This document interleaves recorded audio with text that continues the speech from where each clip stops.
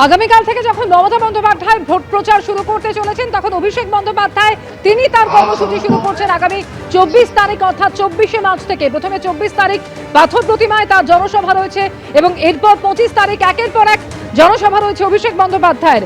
দাসপুরে প্রথমে জনসভা করবেন তিনি এবং এরপর কেশিয়ারি ও নারায়ণগড়ে জনসভা করবেন অভিষেক বন্দ্যোপাধ্যায়।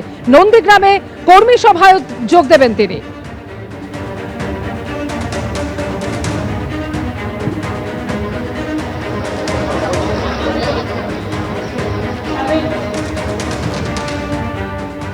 যে ভাইটিকে প্রার্থী করেছে ওই ভাইটির নন্দীগ্রাম আন্দোলনে কোনো কোথাও ভূমিকা ছিল? ওই ভাইটি কি নন্দীগ্রামের 5 জন শহীদ পরিবার, 2 জন অত্যাচারিত রমণীর নাম বলতে পারবে?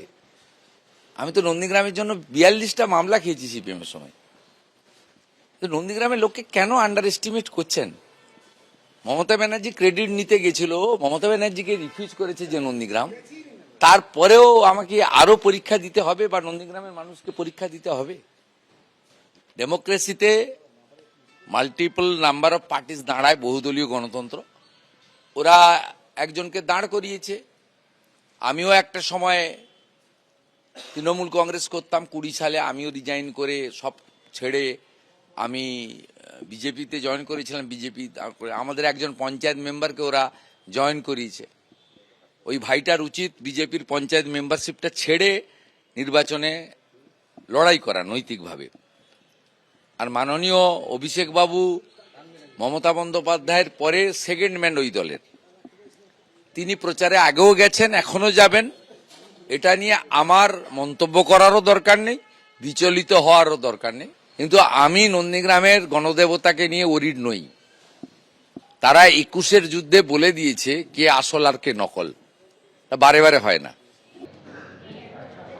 বিজেপিকে হঠিয়ে দেশ বাঁচাতে হবে। পশ্চিমবঙ্গকে যে টার্গেট করবে সে জাহান্নামে যাবে।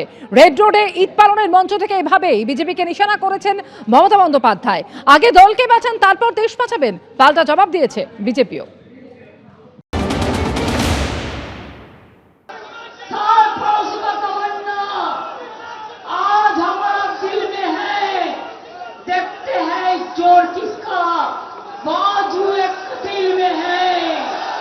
बंगाल अच्छा से रहे और जो बंगाल को टारगेट करे वो जहान्नाम में जाए।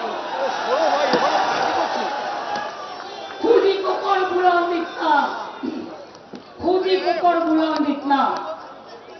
और तब्दील से पहले हमारा रोजा एक ही है, बीजेपी हटाओ, देश हटाओ। আগে তো বাংলাটা বাঁচান, নিজের দলকে বাঁচান, তারপরে দেশ বাঁচানোর কথা ভাববেন।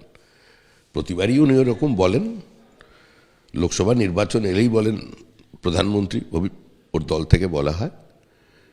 15 দিন পেরিয়ে যাওয়ার পরে বলা হয় যারাই ক্ষমতায় আসুক চাবিকাঠি থাকবে আমাদের হাতে। তারপরে আবার সেই গঙ্গার তীরে, সেই কার্নিভালে, সেই বাবুঘাটে চলে আসে। তো এবার বিসর্জন। এবিপি আনন্দ, এগিয়ে থাকে, এগিয়ে রাখে।